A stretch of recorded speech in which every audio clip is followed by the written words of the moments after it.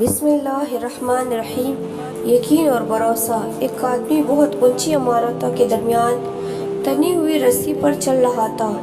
وہ بہت آرام سے اپنے دونوں ہاتھوں میں ایک ڈنڈا پکڑے ہوئے سنبھل رہا تھا۔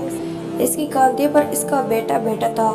زمین پر کھڑے تمام لوگ دم سادے کھڑے یک ٹک اسے دیکھ رہے تھے۔ جب وہ آرام سے دوسری عمارت تک پہنچ گیا تو لوگوں نے تالیوں کی بھرمار کر دی اور اس کی خوب تعریف کی۔